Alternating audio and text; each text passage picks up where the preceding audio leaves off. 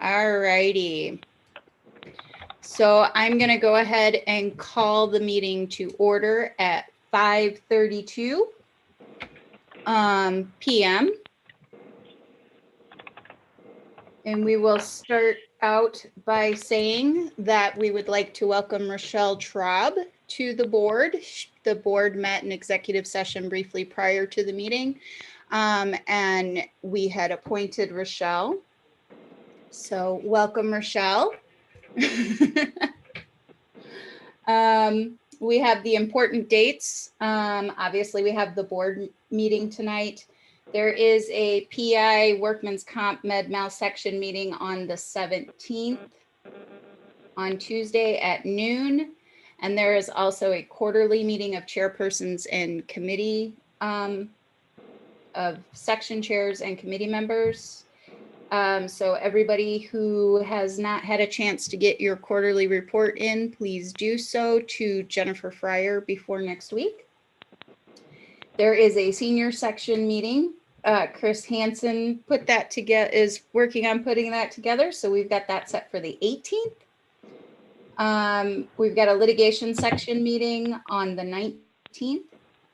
Moving on into December, we have another litigation section meeting, board of directors meeting, which we'll talk about later, and a real estate section on December 10th, which the Cook County Tax Assessor's Office is going to be joining for an open meeting.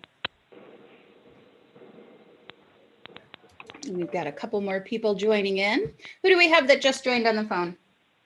Hey, it's Kathy. Oh, hi, Kathy. How is everyone? Good. We just read over the important dates. Okay, anything I should know? Sorry, I couldn't jump on a little sooner. That's okay. We did appoint Rochelle to the board. Okay, right. And we went through the important dates. So, Liana, do you want to go ahead with the treasurer's report?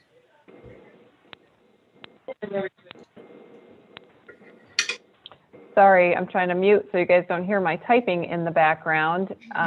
Let's see. Yeah, I don't have a whole lot to report. Again, the numbers are there. They're a little dismal, but I think everybody's expecting that based on the cancellation of the conference in the spring and switching to a virtual conference in the fall. But again, the cost for the fall conference was much less than our normal fall education conference, so that's a positive. But if anybody has any specific questions, feel free to reach out. All righty. Move on to executive director's report. Yvonne?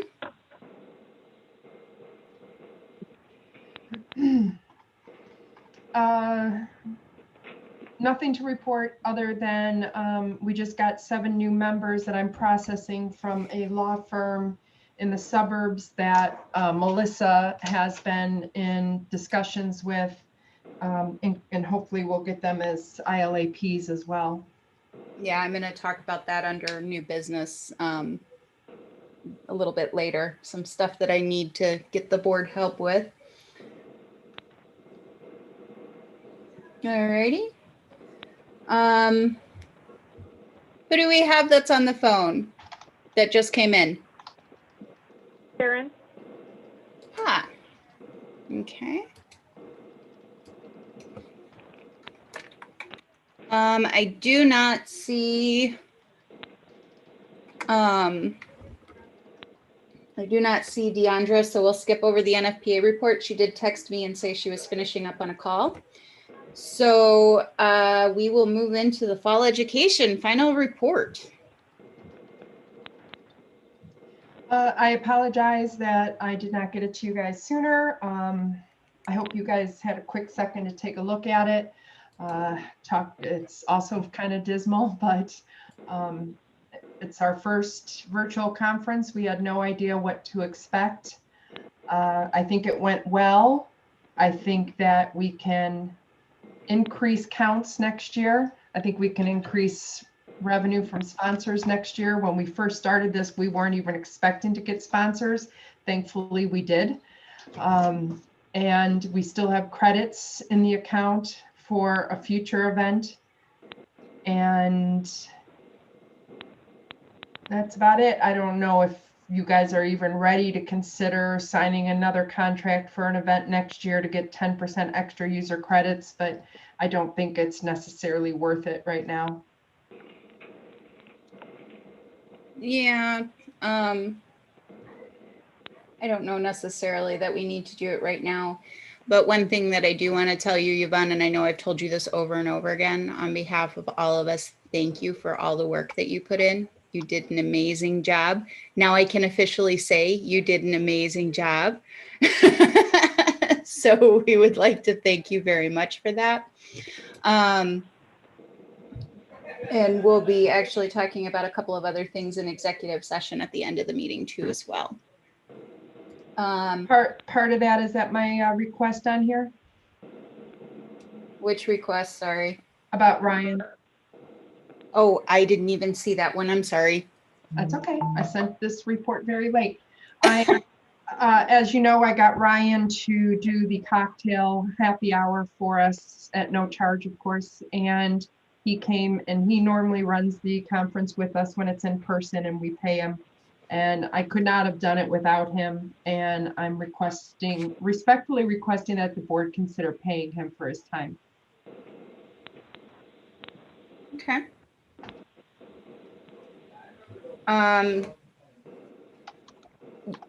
And of course, I don't have it in front of me. Did you put in the amount that you were requesting? I did not. Okay. When we do a in person, I think he gets, correct me if I'm wrong, but I think he gets $400, Karen. But I was hoping for maybe $200 or $250. Okay. I think maybe it was $350 last time, but I would have to look. Okay. Okay. I think so too. I think 350 was the number last time. Okay.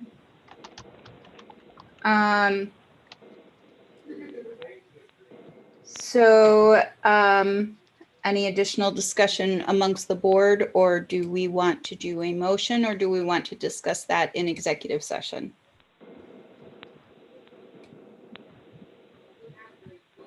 I saw him in action and I thought he did a great job when, you know, I was facilitating. I knew it was in good hands and I didn't have to worry. So. Yeah, I agree. He did a great job. Was a great help. And enjoyable. Liana? Yeah, I echo that. I think every year, you know, we can't pull it off without him. So I think that it makes sense to pay him for his time. And, you know, again, this is a unique situation, so maybe not as chaotic, but I'm sure on the back end, Yvonne would disagree with that. So I'm sure it was crazy. And again, thanks to him, you know, it did go smoothly. So I would certainly be in favor of recognizing his effort and time. Okay. Same, and it's something he always does every year. So, Right. I know in the future we'll still need him. All righty. So do we want to go with the 200 or 250? I'd say 250. I'd be in support of that. I agree. All right. I will entertain a motion to pay Ryan for his services for the virtual fall education conference in an amount of $250. I second. Somebody's got to make it. I make a motion to pay Ryan $250 for his services at the Fall Education Conference for 2020. Helen? I second. All those in favor? Aye. Aye. Opposed? And abstentions. So moved. All righty. And Yvonne, please tell him thank you very much. I will. Thank you. I'm going to mute myself so you don't hear me typing. And I switched screens. Bear with me. I normally print this out and my printer would not print it today. Ah, we've got Deandra. Hello, Deandra. Are you ready to give your report or do you need a minute? How about I give the scholarship report and then you'll be after me?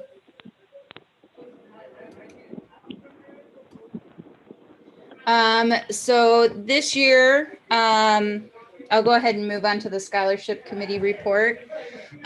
This year, we did select Lisa Henricks as our scholarship winner from College of Lake County. She gave a great essay, and she just seems like she was definitely the right person for this year's scholarship. It was great. We got together with her and her program director to send her the good news. We told her that we were having a final interview with our finalists, and we had her tell us a little bit about herself, and then we brought the news on to her that she was this year's winner. We did the RGB scholarship fundraiser this year, which we had 43 people attend, which means that we raised $430 this year for our scholarship, including paying out the scholarship for this year, which is in the amount of $500, and the carryover from prior years. We will be able to give another $500 scholarship next year. So it is very, very exciting for that. Does anybody have any questions? If not, can someone please make a motion to award our scholarship in the amount of $500 to College of Lake County on behalf of Lisa Henricks for winning the scholarship?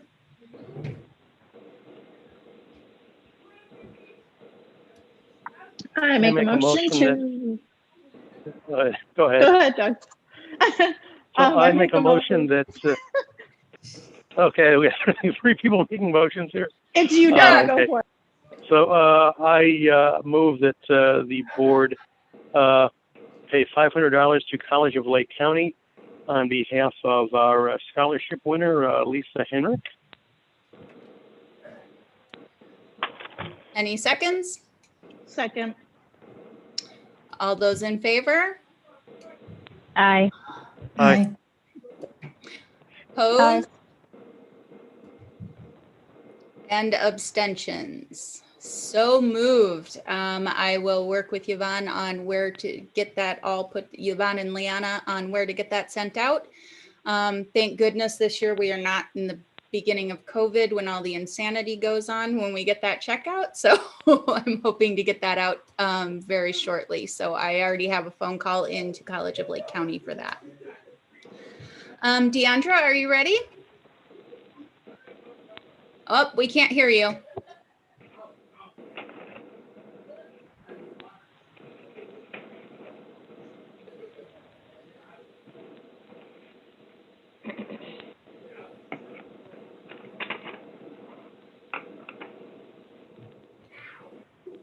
Can you call in, Deandra? Okay. Who is going to be presenting the Paralegal Regulation Committee report? I might be able to. Linda emailed me and she couldn't figure out how to get on. I just sent her the link now, so I don't know if you want to start or if you want to wait until she joins. Oh, wait for Linda. Okay.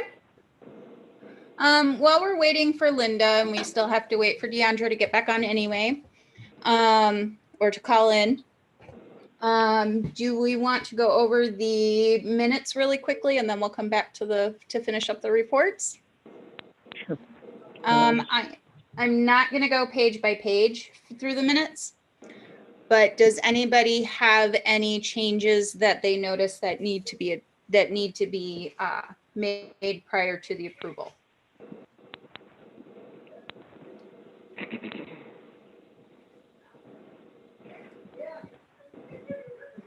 All righty.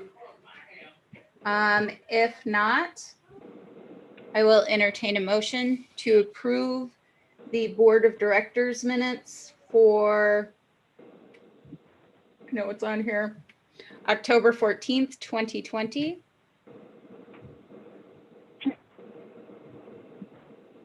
I make a motion that. Go ahead, Doug. I make a motion that the board approve the minutes for the meeting of October 14th as Yes. not amended. I know, it's kind of neat to say that. Great job, ladies. Larice with the second. All right. Rochelle, because you were not on the board at that time, you will need to abstain from this voting now that you are a board member. So all of those in favor? Aye. Aye. Aye. Aye. Opposed? Sorry. Evidently Marley wanted to oppose, huh? And abstentions? Rochelle, you would abstain. Was there anybody else who wasn't on the call last week? It was just Nikki that wasn't there. And Okay. Larice, did you just join? No, No, I've been on, but I No, she's haven't been there. muted, unmute. And I said I'm with the first motion, but I don't think it unmuted for you all to hear me, so I apologize. all righty. So moved. I'm looking through here. Moving right along. Liana, do you want to talk about the budget?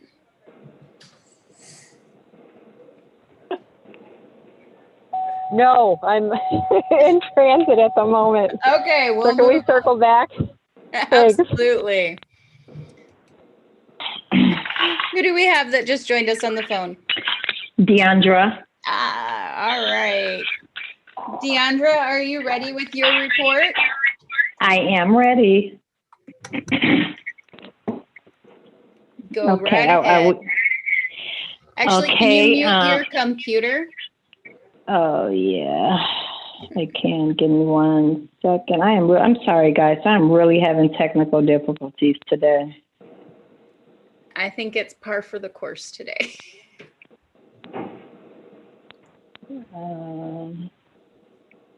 Come on. Okay. Like I don't even have anything on my computer.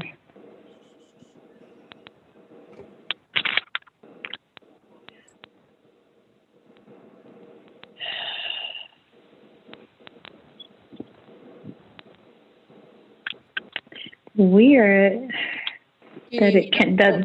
Yeah, how does it sound now? It sounds better. It sounds a little better. Yeah. Okay. Okay, so I'm going to give an update on the NFPA annual convention, just a small little update. As you guys know, the convention was on October 22nd through the 25th. It was a very well-attended convention considering they had to make it virtual. At the very last minute, Minnesota did a great job. It was very well attended. There were 300 members attending, and including the vendors, there were over 400 attendees. The setup was a great platform. I don't know if you guys have ever heard of this Hoover platform that they use, but it was totally organized and easy to use for the members. And the good thing about the platform is, as it related to the video portion, you could either do video through the Hoover app, and the Hoover app also joined in with the Zoom platform, so you could do them both. The setup was on Thursday all day. There were CLE sections the entire day. On Friday, each individual region had their region meeting the entire day. Saturday was the policy meeting in addition to the award ceremony. And Sunday was the completion of the policy meeting and the closeout. At the policy meeting, the bylaw revisions was brought to the floor, and those revisions were unanimously approved. So they're calling NFPA now NFPA 2.0. So we'll just see how it goes under the new bylaws and the new officers. We voted on the officers, so you guys saw the new officers, board directors that were voted on that have been going through the news you can use. The agenda topic regarding allowing LLTs and attorneys to be eligible for the PACE and PCCE credentials, that was approved. During the region meetings on Saturday, a few of the regions was discussing the fact that NFPA board was able to make changes to the PACE credentials and the PACE exam as a whole without bringing it to the delegates. So it was decided on that Saturday that they will bring the topic to the floor to vote on whether they wanted to continue to have the board be able to bring that, make the changes, or if the delegates were going to be able to approve it. So it was voted to not even bring the topic to the floor. And I guess, that was just a whole big hoopla, but I guess they kind of want to wait till the new credentials person get in office and see what they want to do going forward with that. So, but it was a great experience. It was put on very well. So, any questions about the convention before I move on to the board meeting, the NFPA board meeting? For those of you that are not aware, when items are brought to the floor, it is voted on whether to bring it to the floor at all. It doesn't automatically get brought onto the convention floor. I know that kind of sounded a little fishy, but there was not enough votes to discuss that delegate voting for the credentialing. The one thing that I do want everybody to keep in mind, Deandra, how often are you guys going to be meeting now for? Okay, so it's still the same once a month, but the delegates have an option to meet an additional 4 times a year. So it's just an option to. It has not been determined to. So. All right. So if that sounded a little odd to you guys, I just wanted to explain to you how those things come up. So that's how that went. I'm gonna leave it at that. Deandra, right. We'll leave it at that. As far as the board, the NFPA board met on that Thursday, October 22nd. It was as usual, it was a fairly fast meeting, but a few of the high-level items that were discussed, they confirmed again that the 2021 NFPA annual convention will be held October 7th through the 10th, and it will be held in Portland, Oregon. And of course, they won't know until the time nears if it will be in person, virtual, or a hybrid setting. So I'll keep you guys abreast of that. The 2021 NFPA Joint Convention will be held in Minnesota, May 6th through the 8th. And again, with that one, not sure if it will be in person or virtual. So I will keep you guys abreast of that as well. They moved the date back as far as accepting bids for associations to host the 2024 convention because they didn't receive any bids. So they extended the date to accept bids through January 5th of 2021. They are having a call out for coordinators. They have a lot of coordinator positions open. Anyone that's interested in being a coordinator, they have a list of positions in the forms to apply for these coordinator positions on the NFPA website. If anyone is interested and need directions on how to get to the website and find these forms, just reach out to me and I can assist. One of the speakers at NFPA, the speaker was a judge. I can't think of his name right off the bat, but it was a judge from the Minnesota Supreme Court.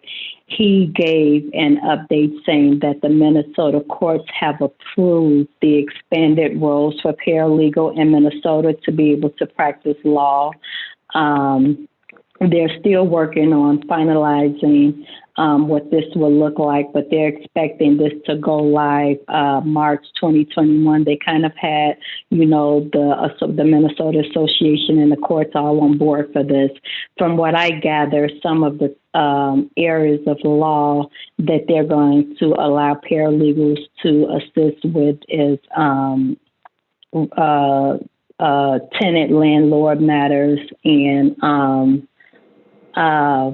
in divorce cases, I believe they'll help with custody as it relates to custody battles with the children. So that's what I heard. Those are the two things that they talked about, but that's not finalized yet. Arizona now has a triple LT program that's moving forward. They didn't think they would get the support of that because of the sunsetting of the Washington triple LT program, but they'll be moving forward with their triple LT program. The NFPA Bar Association coordinator is adding a supplement to the Bar Association guide to add information related to diversity, inclusion, and equity efforts for each of the bar associations, and to determine whether diversity, inclusion, and equity are mandated as CLE requirements for the bar association. I'm gathering, but not quite sure, but I'm gathering they're trying to relate this, pair this with the CLEs for diversity, inclusion, and equity within the association, since that's becoming a thing that all the associations are trying to jump on board with. There was a new committee approved by the board. It's the Access to Justice Committee. The goal of this new committee is to support and encourage states' efforts to expand the roles of paraprofessionals to provide legal assistance to those who are unable to afford an attorney, whether it's through paralegal regulation and expansion of roles of the provisions of pro bono services. So that's all I have as far as high-level items. Is there any questions? I have a question. So for the Access to Justice Committee, has the committee already been formed? I mean, or are they still looking for members? They're looking for members for that. Okay. If you look in either the last news you can use or the one before that, they have a list of positions that they're looking for that committee and who you can reach out to join that committee. Okay.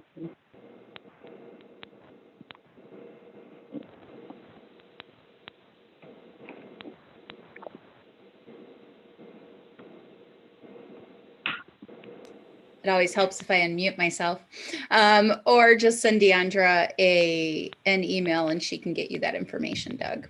Yep, sure can. Yep. Okay. Email, call me, text me. So. Okay. Does anybody have any before questions? we move on, I would add too, the congratulations are in order for Ms. Hanson for the award that she received at the NFPA convention, the William R. Roby Award. So congratulations to Chris, long overdue. Long overdue, yeah, yay. Oh my gosh, thank you. And thanks to everyone for nominating me. I'm just overwhelmed, and I share it with all of you, because without all of you, I wouldn't have gotten to this point, and we all help each other, and I share it with all of you. Thanks again. Couldn't have gone to a better person. Oh, gosh, thank you. For sure. For sure. Can't wait to see you all in person again. There was also the PCCE scholarship was also awarded to an IPA member. So that was very exciting. Too as well. I am having a moment and trying to look it up on my phone. Hold on, I might have that too. Julianne De Benedetto? Yes, that's who it. Yes, Thank that's who you. it was. That's who it was. I will tell you guys, when they were reading off the awards, my entire family thought I had lost my cotton picking mind, because when they announced Chris, I started screaming so much that I dropped my phone, and I had every intention of recording the announcement when they announced it, but I got so excited I dropped my phone, totally messed that whole thing up. So we did post part of the award on our social media, as well as Chris's acceptance speech. So for those of you who haven't seen it, you can see Chris's smiling face. It was so good to see her, even if it was only on video. Oh my gosh, that was quite the surprise. I really just was stunned. Thanks again. Oh my gosh. We're all together, I could just sit down and cry with all of you. Well, it was funny. Chris thought I had known that she had been selected because I was working with her to try to figure out how to get Zoom to work on her phone.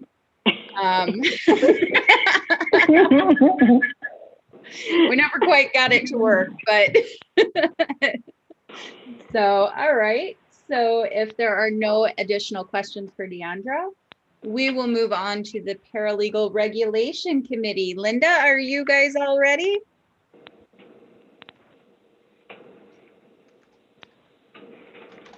Linda?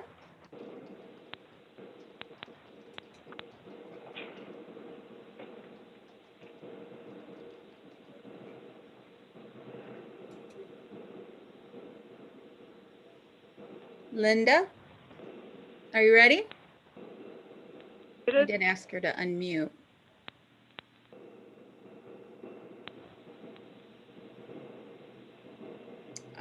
We'll come back to Linda. Liana, are you in a position to talk about the budget? Sure. I don't know if anybody had a chance to look at it. Again, it was out fairly late, and it needs to be updated, but I think just the main message is that it's not balanced. So we are in the red based on the numbers that we're anticipating for 2021. Again, we tried to be a little bit realistic with the numbers, but I think that even in doing so, I might have been a little generous with some of the categories. So, currently our expenses exceed our income, and so I would just ask everybody to put on your thinking caps and try to find ways that we can increase revenue during 2021. Again, we had our first virtual conference, so I think going forward, because they can only get more successful as people get more comfortable doing that type of a scenario. And we're hopeful too that by mid 2021, perhaps we're able to do in-person events again and can start to increase revenue by having those networking opportunities, perhaps a summer event or a fall education conference that is either fully in person or a combination of a virtual conference with a social aspect to it. So if anybody has any questions, happy to run through these numbers that we've prepared and proposed so far. It's the last column that you would look at in the Excel spreadsheet that is in there, and the numbers for the 2020 will continue to be updated as we move towards the end of the year. So any questions on it or any spectacular ideas for revenue generation? If you have anything that comes to mind, feel free to reach out, via email or in any way that you want to reach out to me, and we can brainstorm and try and come up with some great ideas as to how we generate revenue in 2021. Membership revenue is certainly key. So if we can encourage people to join, that's always Wonderful. And Melissa, I don't know if you wanted to jump in on that point, talking about Yes. membership and the value there. Karen had brought up, for those of you who are on the board who are interested in serving on the budget committee, make sure you reach out and let us know. So going forward, you can be part of the committee that goes through and kind of reviews the budget for the IPA. One of the things that we did talk about was we really do need to get our sponsors numbers up. We don't have we don't have as many as we did last year of our sustaining members. That number did go down. Obviously, there aren't as many events to do throughout the year, and everybody's budgets are very tight.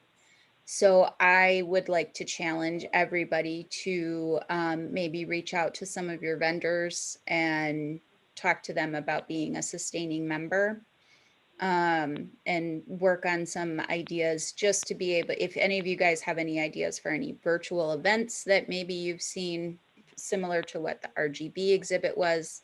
For those of you that didn't go to that, that was excellent. I was glued to my TV the entire time.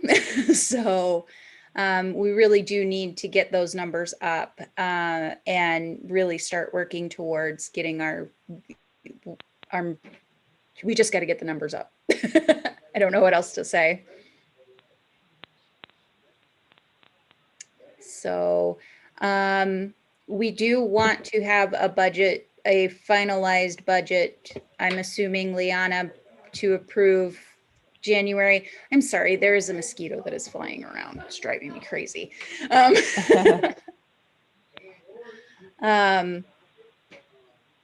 So yes, January would be great. So I did want to get it out there though, so people can look at the numbers, certainly brainstorm. We can connect back together and see if there's anything that we can manipulate the numbers at all to get them a little closer together. But I think January is realistic, if you know, depending on what happens with the meeting in December. So. Okay. Why don't we go ahead? Anybody who is on the call who is interested in serving on our budget committee, reach out to me. Liana, do you want to put something on the calendar for December? Sure. Okay, because with the holiday coming up early December. Sounds good. Okay, perfect. Once we get some feedback, and then we'll determine if it's going to be a afternoon call, like a lunch hour call, or something later in the evening. So, but we'll throw out some times and coordinate. Okay, perfect. We'll come back to Linda. Are you ready? I'm on. Yay! Can you? We can. I got the request to unmute, so here I am. Now it's my turn to unmute. We are ready for the Paralegal Regulation Committee report. Okay, basically what we did was we submitted a survey in June, I believe it was, just asking the members what their thoughts were on regulation, what they feel, how they feel about paralegals being regulated in some way. As a result of that survey, there were, out of the at that time we had 756, I think, members. Out of that number, we had 83 that responded to the survey. I was kind of hoping for more, but that's fine. But out of that 83 that we received responses from, 65 were overwhelming with yes to some form of regulation. Excuse me, thinking that with regulation, they would enhance the profession somewhat. They did feel that the IPA should pursue this avenue, should pursue some form of regulation. They felt that continuing, CLEs and educational work experience could all be criteria that would be considered for regulation and certification of paralegals. We are meeting on Monday we figured we would wait until after the board meeting and kind of get everybody's thoughts on the board and maybe what our next step should be, if any. But yeah, like I said, there was, the overwhelming number of the responses that we received from the survey, an overwhelming number of that response that felt that there should be some form of regulation. So we're kind of looking to see what our next steps should be, any kind of direction or any kind of thoughts from the board on that, like what avenues maybe we should pursue. Well, the one thing we do have the ILAP, which is done by the IPA, which is a voluntary credential. That is something that that we could probably use to promote a little bit more. It is something that is in place already. Okay. And then Doug's actually going to talk about the CBA, CBF report that we were discussing too as well. Does anybody else have any thoughts?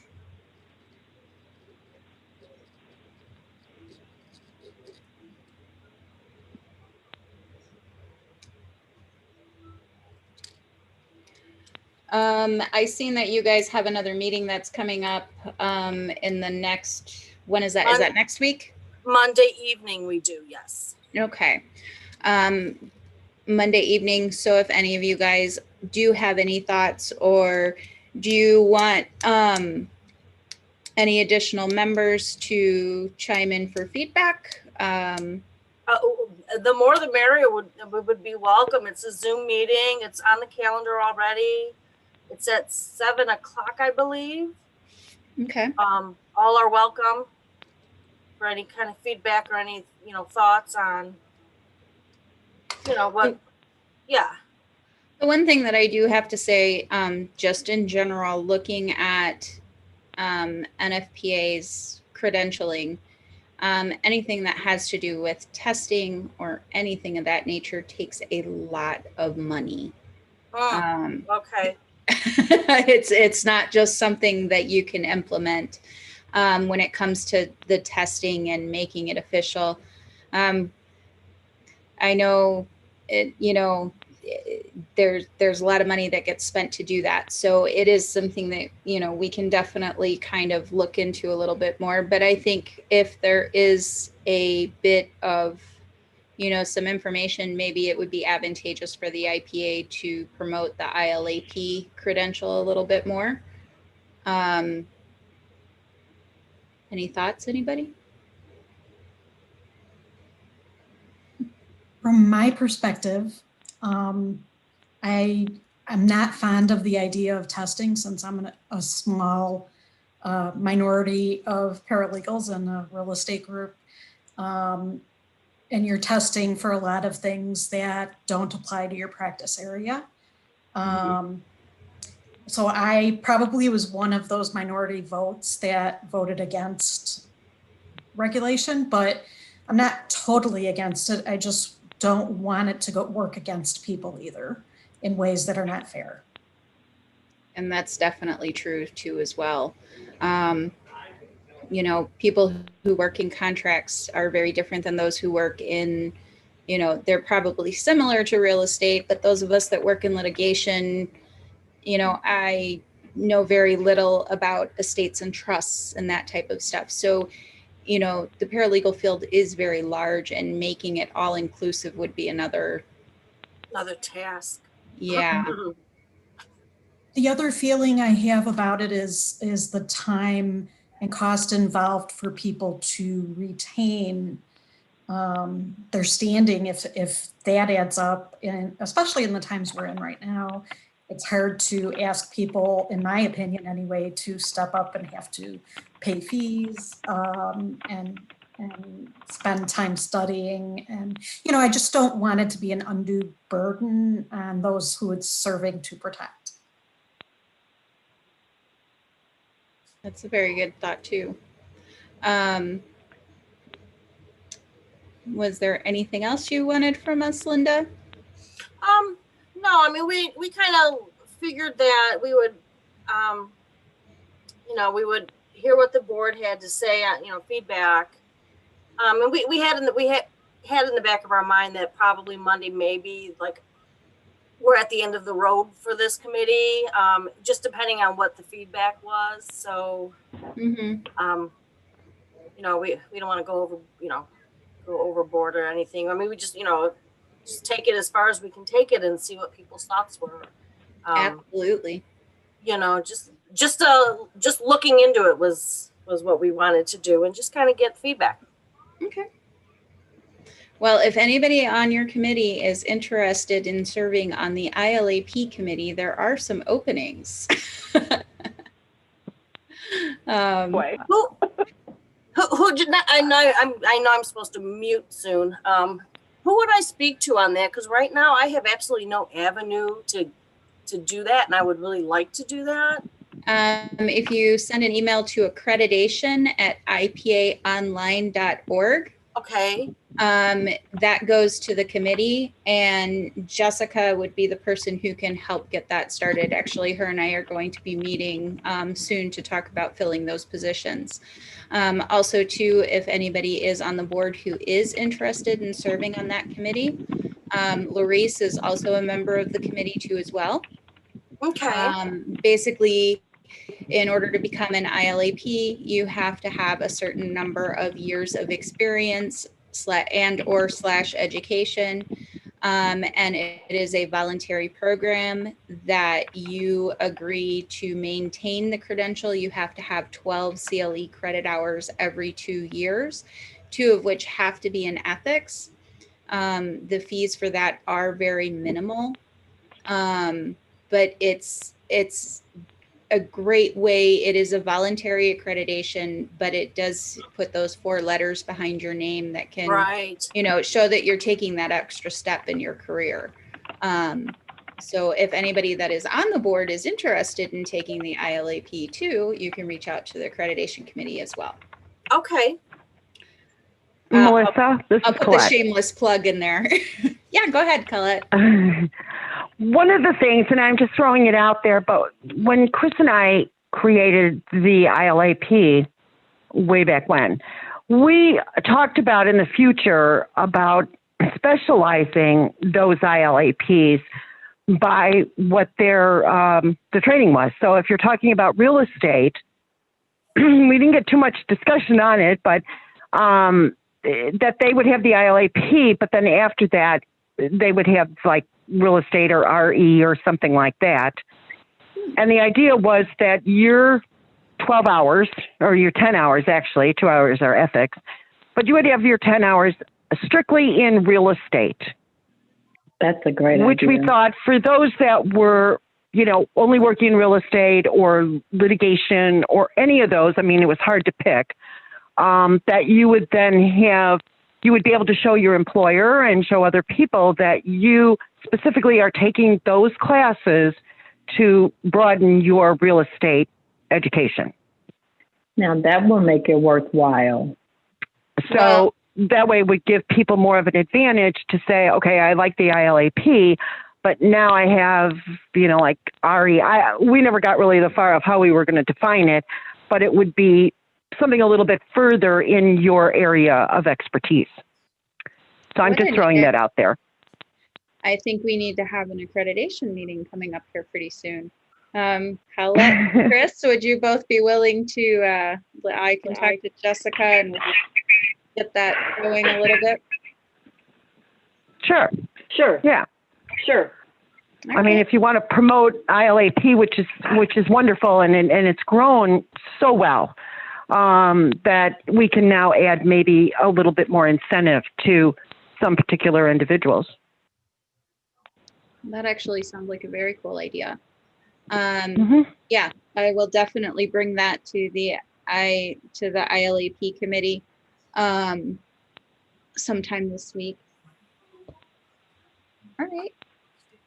And this is Liana. Back on the paralegal regulation aspect of it, I was just wondering if we did want to move forward and just to continue and investigate, like what would next steps be to really kind of effectuate any kind of change? I know that Doug is going to talk about the CBA, CBS task force, and even thinking about Minnesota and the things that Deandra shared with us and the path that they've taken. But both of those, Minnesota, even the LLT program, a lot of those were, the initiatives were created to close that, or, you know, expand the access to justice, where I think when we're talking about paralegal regulation, we're talking more of as a way to make yourself stand out and prove that, you know, you've got, you know, the education and the experience behind you. So I don't know who we could reach out to find out what would next steps be to try and take it to another level. But I love the ILAP idea on another note. So yeah,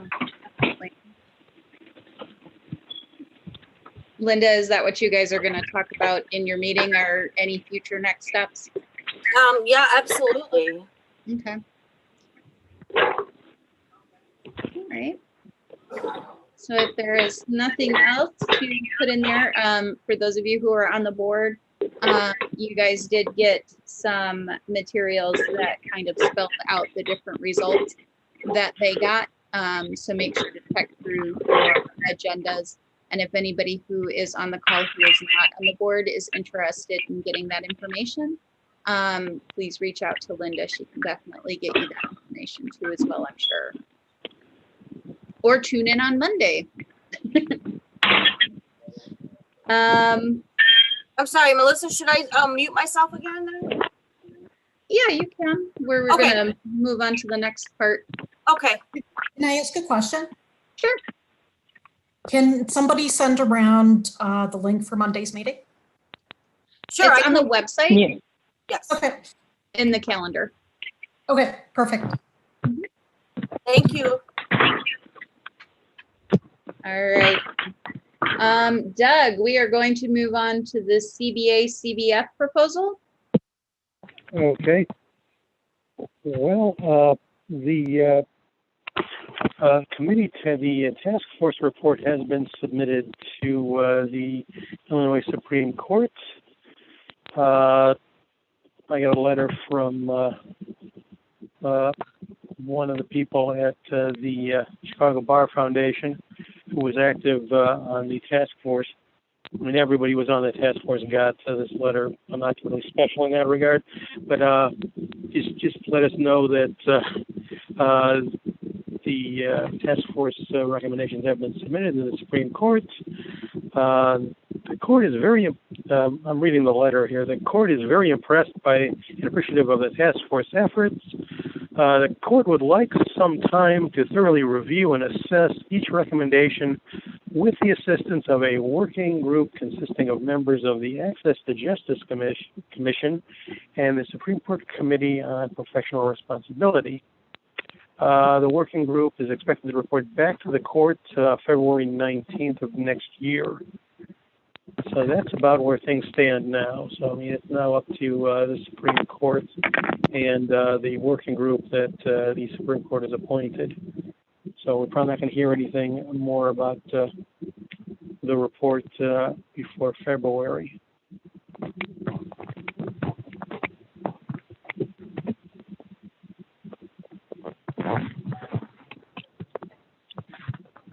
I keep forgetting to unmute myself. I'm sorry. All right, thank you, Doug. Does anybody have any questions for Doug on that? Okay. With that, we will move on to our standards committee. Ladies. Hello. Hello. I'm out of breath. I'm walking from the train. Sorry. Be careful, don't fall walking. No, I'm good now. I just with these masks and everything, it's so hard to breathe and it's so hot. Definitely. I find wearing a mask at times, I feel like I've got so much on my face. Yeah. So be careful, don't fall. Oh no, I'm good. So okay. So while Kathy is walking, and Colette's on the call as well, I think I don't have the attachment, but I think board members? Yeah, I don't received? have it either. I didn't get the question. Okay. We So- know what they are. They're going to be the ones from 2019. Yes, and then we were adding a question about the effect of the pandemic. So yes. I'm not sure, Melissa, if the board received in their packet the questionnaire from 2019. I'm flipping through it now on my tablet. Yvonne, they were in there, right? Yes. Yes, they were on here. I did not get that as a part of the agenda. Okay. Probably because we're not on the board, so. Well, Kathy is. I thought I forwarded it to you, Kathy. I apologize. That's okay. But Yvonne did include a very clean copy of all the different questions. Yeah, pages, well, no, my pages wouldn't match yours because I Yeah. added some other. So there were 14 questions that were asked last time. Okay. Just to give everybody kind of a heads up. Go ahead, ladies. And then we talked about the effect that the pandemic is really affecting everyone's life, and thought we would add one more question, which would be in the shape of a comment that our members could address the issue of the pandemic, how it has affected their workload, compensation, work location, anything that they might want to write, because as Kathy has said, the pandemic is really going to be, I think, have historical importance throughout our lives, and it might be good to conduct a salary survey in the midst of the pandemic for the benefit of our members, and to learn and to hear what has been the effect on their work life. So Yvonne was able to is able to use a software, used to be called Survey Gizmo, but I think, Yvonne, you said the name has changed. And we can have a text box where people can comment on the effect of the pandemic. You know, I know that we had looked at this earlier, and the one thing that I did notice that was missing from here is what area of law do you work in?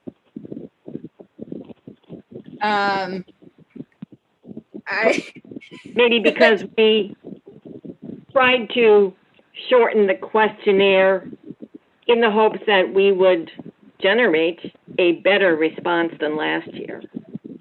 Okay. If you think that is worthwhile, we can add another question. I mean, it's just one question. And, you know, like I said, my kind of thought was, you know, different areas of law do make different salaries in general.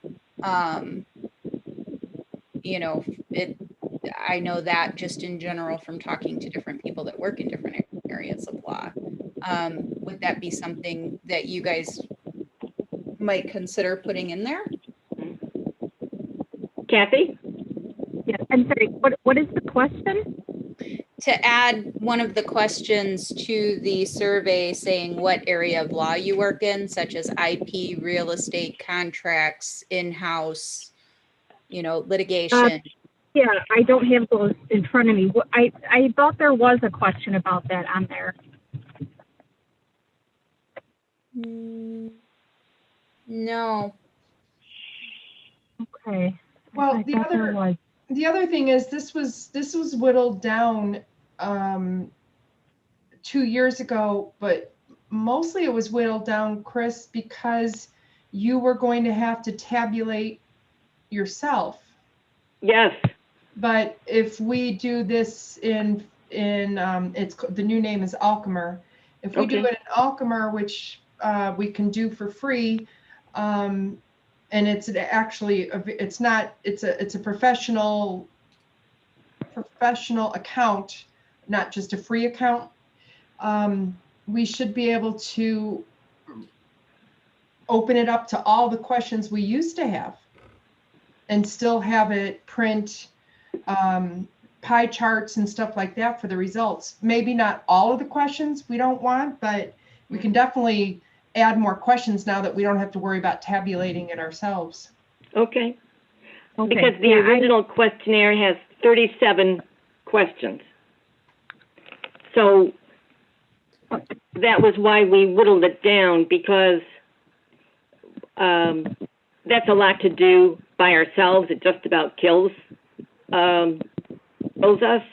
And also hoping that more members would fill it out. This Colette, there's always an option to add a few more. I mean, the first part of the old survey was, do you have an office? Do you have a desk? Do you have, I mean, all of that stuff. But I think one of the other points that you could bring up too, just like you're talking about different areas of law that people are in, so is the counties. Yeah. Yes. I mean, that was a huge impact on the last one that we did, that, if you're in the southern counties, you're not going to be making as much as you would in Cook County. Yes. Not going to lie, that's why I work in Cook County. Yeah. Yeah, and we did have the county question in there. I just looked at that too, because I was going to say, yeah, geographically will play a big part as well. So that is currently in the current survey. Mm-hmm. So there might be a few that we could look at again and add a few more questions, short ones type thing.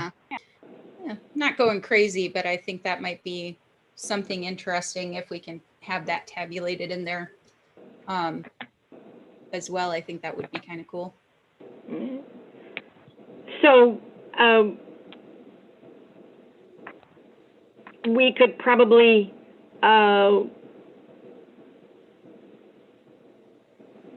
look at the questionnaire again. If Yvonne, you could send it to Kathy, Colette, and myself. Okay. Was it attached to tonight's agenda that? Yeah, Yes, I'm looking it was. at it now. I believe it would be the same one. It's the 2019. Yes. And it has 14 questions, and then the 15 question is a box for additional comments. Right. Okay, so that is the one. Yeah, I would agree with Yvonne about adding a few more questions. I definitely keep it under 20. But Yeah. I think the areas of law would be something that would be interesting to look at just in general. Mm-hmm. That way we see what type of members are answering the survey. Yvonne, does Alchemer create pie charts, things like that? Yeah, it does. Oh, okay. Okay, that would be great. Sorry, Melissa, I guess we don't see the area of law on there. And I didn't look too closely. That would be a good question. Right. I was just looking at it and I'm like, there's something missing. Yeah, I swear I must be seeing double. But that's okay. So we got all, the years on there for working and, Yeah. I mean, to be honest with you, that's really the only question that I see that glaringly is missing. Does anybody else see anything? Yeah. Does anyone have any thoughts or? Okay. So, I mean, basically everything else on there looks great. I think it's a great idea to have an open comment section for the pandemic. We have no idea where this is going to go into the future. So it would be interesting to have this to kind of look back on and be like, oh, well, remember the first year of the pandemic, and Right. And to compare to see the different situations everyone's in right now. Right. And why were so many people working from home? Right. Right.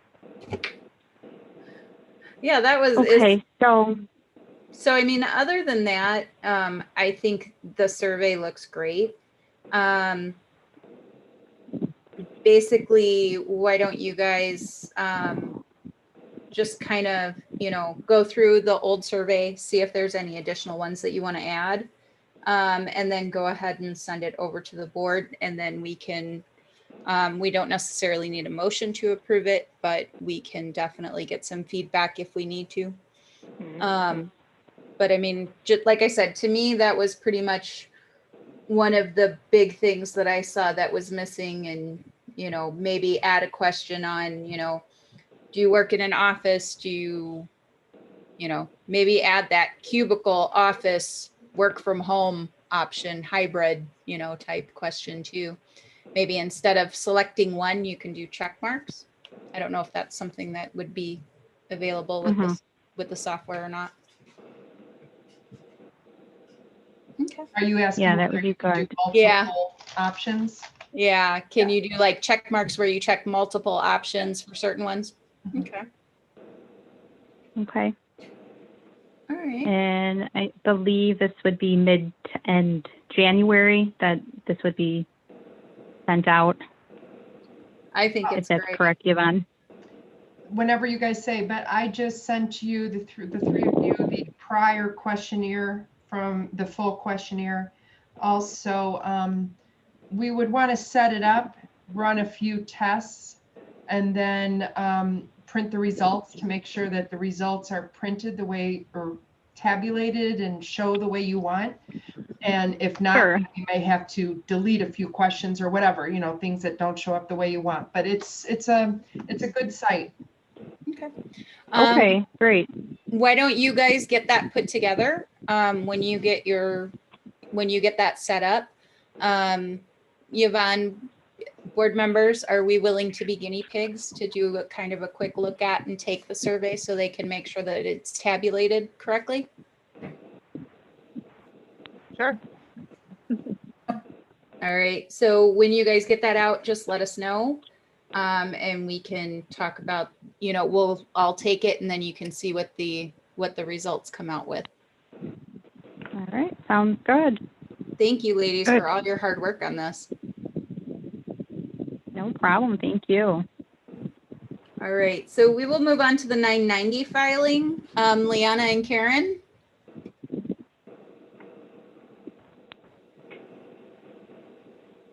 What was that? The 990. Oh, okay. Sorry, I'm in transit again. Yeah, the document, Karen could probably speak more intelligently about this document. She's worked the past years with an accountant to prepare this document for us. It could have been filed earlier in the year, but we got an extension on it, and it's just a standard form that's required to be completed each year. And it was attached. It's a very lengthy document. I believe it was attached. It's a very lengthy document, but it is ready to be prepared and submitted for review by the board. The only thing I would maybe say is it still has Yvonne Olson on there. I don't know if that matters.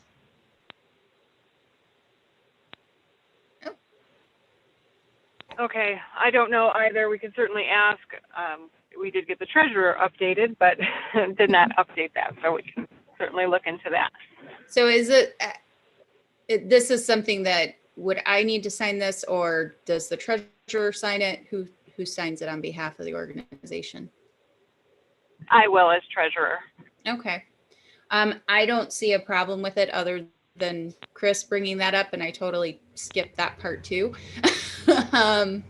Does anybody else have any additional questions? This is a form that we do fill out every year, so it's not something that is surprising. But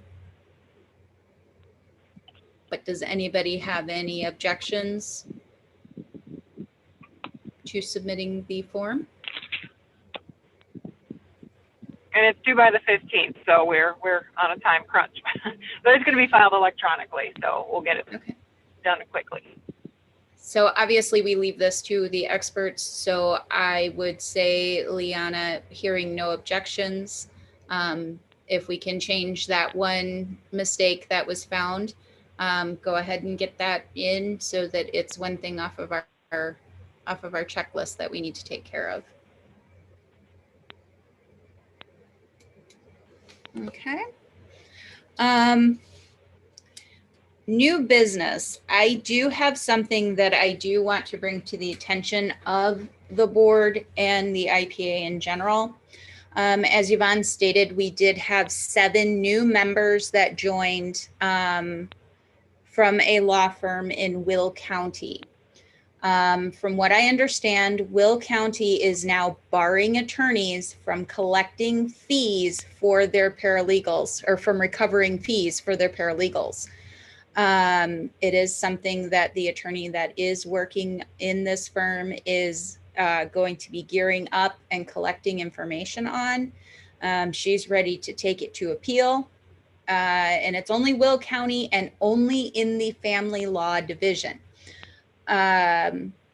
Basically, the judge said, you know something, these are not certified paralegals. They are not certified professionals, so you cannot collect fees for their services.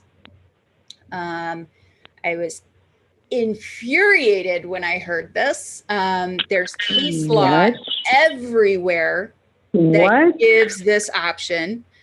And the judge is like, nope, you can't collect for your paralegal's work on any case. If they're an attorney, fine. If they're, she doesn't even know if there's an exemption for law clerks. It's something that is just started happening. Linda, I know you work in family law. Have you seen anything like this come about?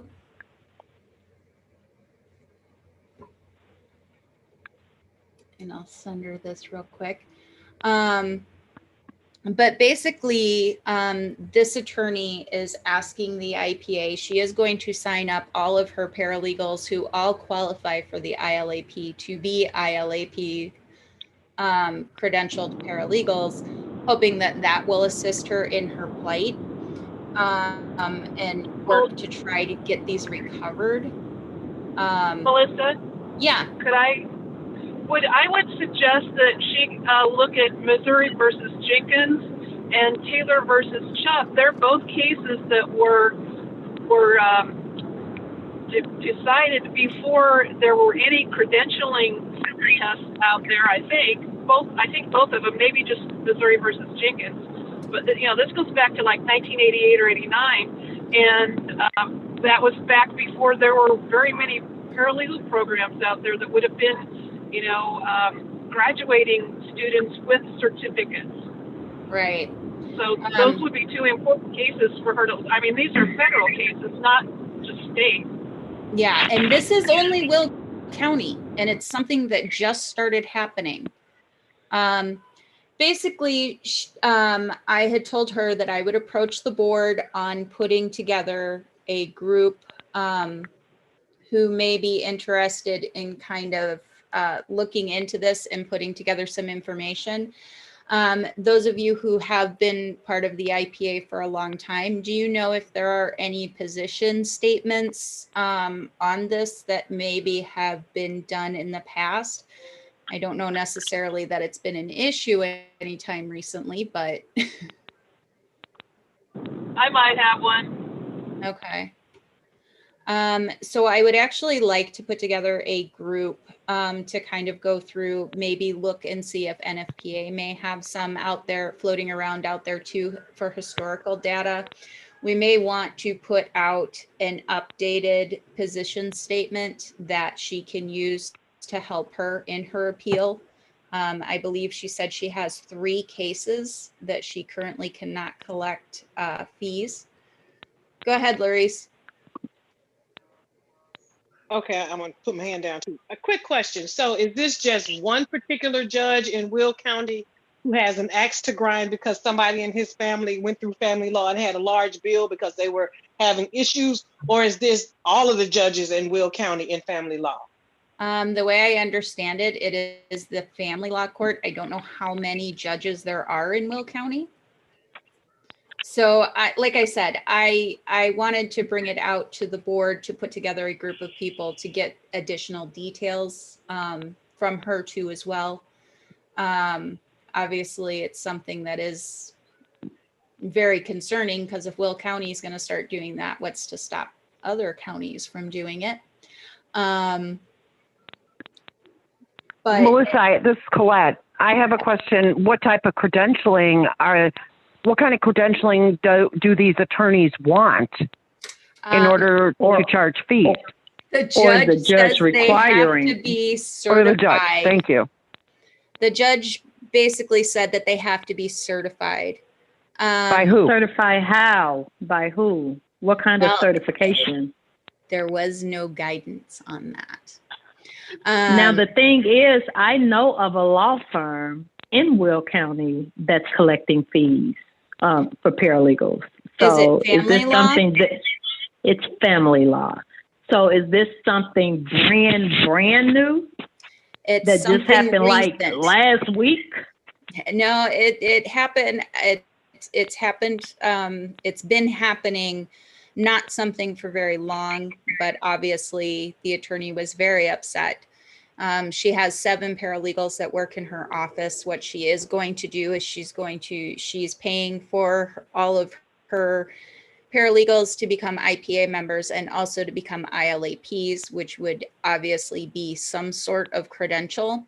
Some of them do have paralegal certificates. Some of them do have just basic experience from working in the law firm for a long time. Obviously, it's something that we would definitely want to explore a little bit more with this particular attorney. Like I said, she is reaching out to us to help put together some resources for her.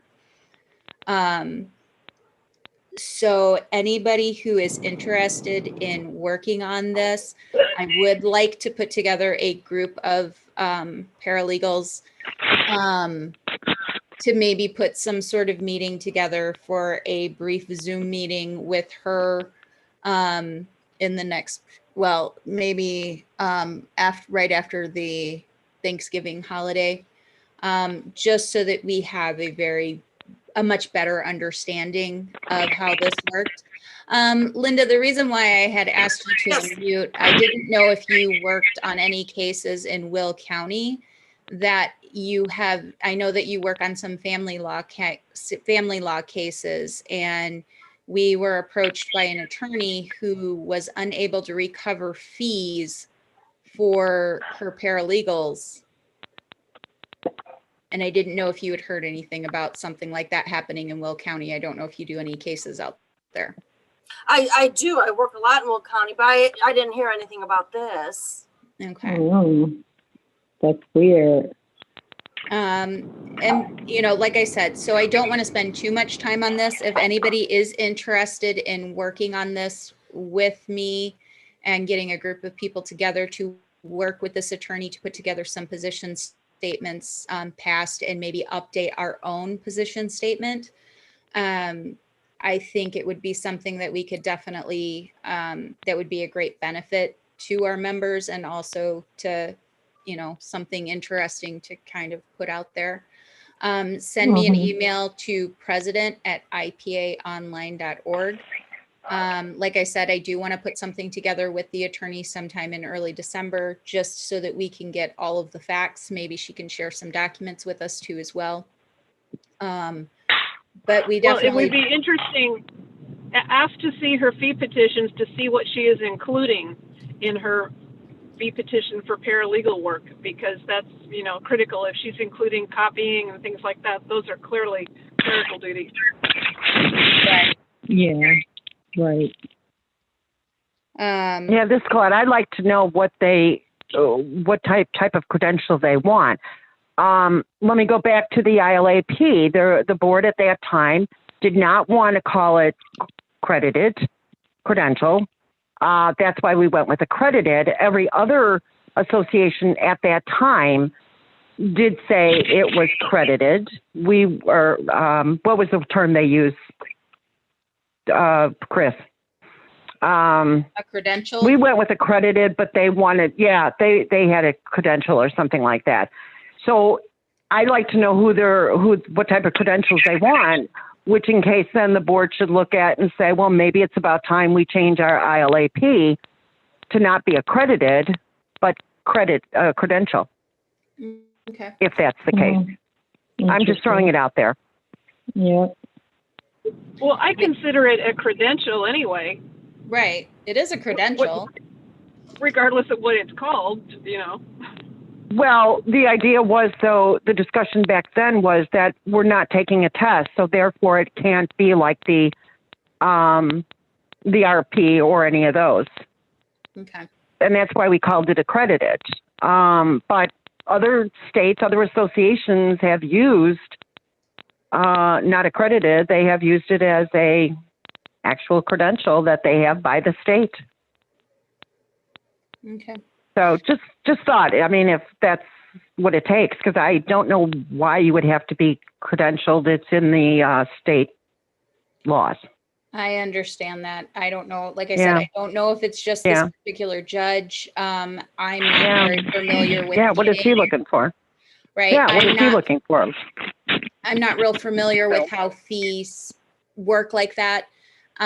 So that's why I wanted to put together a committee. So obviously it's something that definitely deserves some exploration. So send me an email and I will get everybody put together on a team to kind of work with this attorney and see what we can do to help them get some additional information. And like I said, a updated position statement and those types of things. Okay. Is there any other new business? Anything that I forgot? I'm looking through this little letter, the email I just sent to my investor about Yvonne. That's going into, that is in executive session, Doug. Oh, sorry. Okay. That's okay. All right. With that, I would like, I think this is Liana. Liana, is that you? It is. I'm back. Okay. With that, I would like to ask everybody who is not a member of the board of directors to please leave the call. The IPA is going to go into executive session to discuss some additional information that came up that we will update and put into the minutes a little bit later.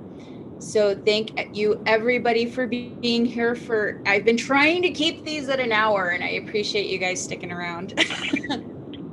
No problem. Thank you. Thank you Thank guys. you. Have a great evening. You too. Bye-bye. Okay, you guys, take care. Bye-bye. Bye, everybody. Yvonne, why don't you stay on for a minute, but there's a couple of other things that we were going to talk about. So you can stay on because you were part of this. Linda, I'm sorry, should I leave? I was away from the computer. Yeah, just the board members. We'll see you Sorry. later. Stepped away. That's okay. We'll talk to you later. All right, thank you guys. Bye-bye.